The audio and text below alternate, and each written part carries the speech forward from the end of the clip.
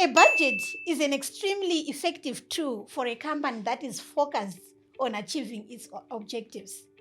Hi, my name is Molen Mukuze. I'm the Managing Director of Brendmo and Point Advisory. We are accountants for business growth. Someone might ask, what do you mean?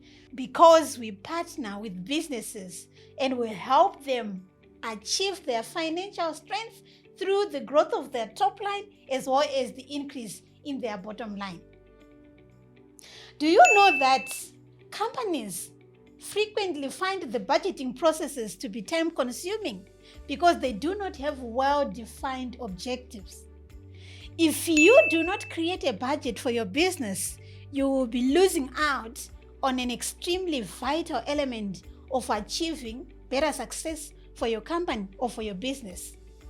In my professional experience, I have noted and observed that the businesses and companies that employ or that do their budgets tend to be more successful than those that ignore the whole process entirely.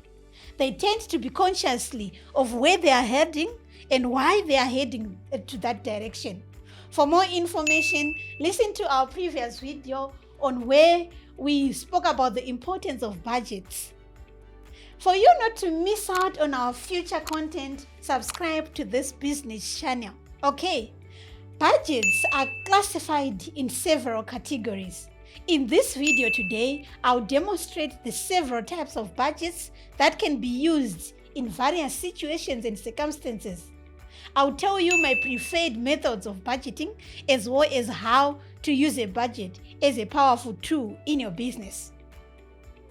As a starting point, there is no single budgeting solution that is appropriate for all businesses.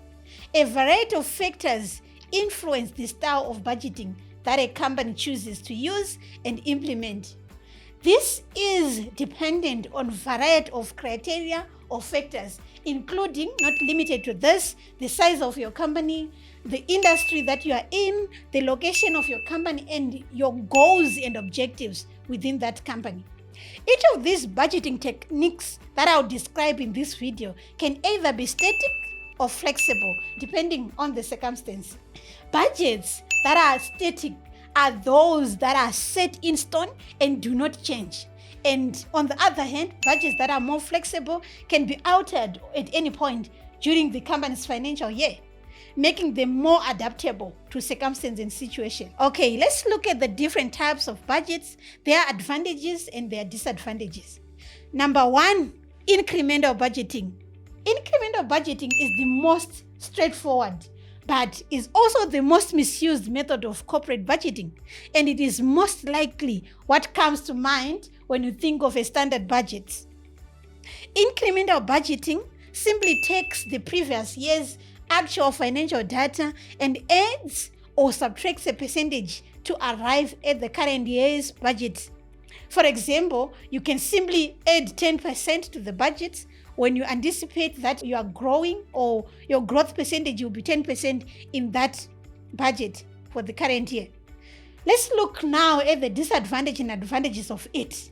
Advantage number one, it is the most often used form of budgeting. Since why? It is straightforward and it's simple to comprehend.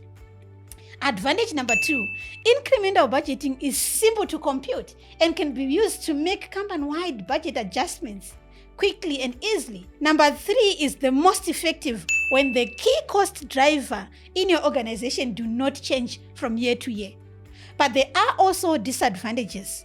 Disadvantage number one is likely to perpetuate inefficiencies. For example, when managers do not focus on cutting costs or reducing spending, they might push for bigger budget allocations, so it can be misused.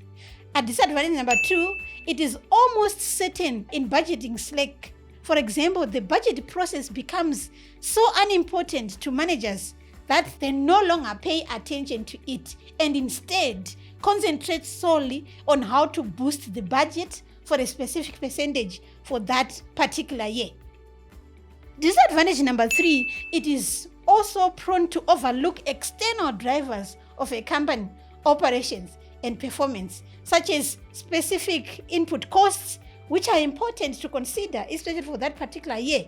It is impossible to use incremental planning to ignore external influences and just assume that the costs would increase by a certain percentage. Say, for example, 10% this year. It's kind of limits the deep thinking that is normally required when doing budgets. Another disadvantage, number 4, is adding more sophisticated data like inflation is more difficult in this kind of budgets. Okay, we are going to budget technique number 2, which is activity-based budgeting. It's a strategy known as activity-based. This budgeting is actually a top-down approach that focuses on the amount of inputs that are required in order to attain a specific goal. Okay, suppose your company wants to achieve a certain valuation or wants to generate 50 million in sales on that particular year. You would start from the end result and work backwards to discover which action you will have to put in place, as well as the cost of carrying out those activities, and then fund them accordingly. The advantages of this approach is, number 1, activity-based budgeting can be highly effective when you have a clear end zone and focus on the goal-oriented operation. Number 2, this approach is actually effective in the near term for meeting certain budgetary requirements or objectives, meaning it's not necessarily a long-term focus. The disadvantage of this approach as well, it may overlook corporate efforts, particularly those that do not immediately contribute to achieve financial objectives but are essential to keep your company operating or running effectively. Disadvantage number 2, in the longer term applications where there are numerous unknown variables that affect the right estimation of costs, these activity-based budgeting approaches may be limited in its ability to predict those costs accurately.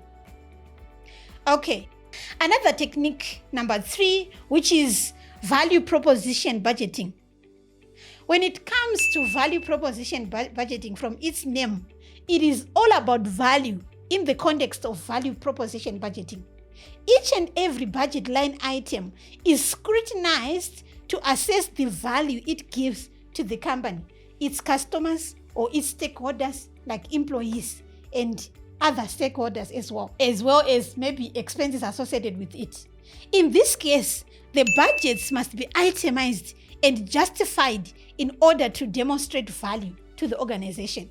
Usually, costs that do not add value should be eliminated at all costs, and budgets should be maximized in areas that produce significant outcome or value to the company. For example, product X have more value, then more money should be spent on that project. Let's look at advantages and disadvantages of this approach. Essentially, value proposition budgeting is an attitude towards making sure that everything included in the budget adds value to the company's bottom line. This method can actually be used on smaller or larger scale in conjunction with other methods of budgeting, such as maybe activity-based budgeting. This will enable managers to think more deeply about the items to be included in the budget. Advantage number 2, value proposition budgeting can actually be used on a smaller or larger scale, and it can be used with other methods, which is an advantage, like what I said, activity-based budgeting. Number 3, it prevents spending money that isn't essential. The disadvantage of this now is sometimes difficult to quantify the value of a thing. You know that. Furthermore, the value provided by different departments or initiatives might vary at a rapid pace. Since you know what's happening in the markets evolve at a rapid pace as well. For example, today this division will bring this value, tomorrow that budget might not, or that division might not be able to bring value. Another budgeting technique is zero-based budgeting. This zero-based budgeting system, it allocates cash based on efficiency and necessity rather than past budgetary history. Management begins with a blank slate and constructs a budget that only covers the activities and expenses that are necessary to run the organization. There are no expenses that are automatically included in this budgeting system or technique. There are advantages of zero-based budgeting. Number one is a bottom-up budgeting approach that is very effective if you want to shake things up within your organization. Number two, because it provides complete control and insight into the budget, it allows for deliberate spending and saving on the part of budgeting team. Also, number three, when it comes to finding strategy of accomplishing saving objectives, which are critical for the long-term viability of a company or a small business, zero-based budgeting can be the most effective method. Advantage number four, it's also suitable when there is an immediate need for cost containment, such as during restructuring or big economic market crisis. In that case, zero-based approach is a good choice for you. There are also disadvantages when it comes to this. It comes to discretionary spending rather than critical running costs.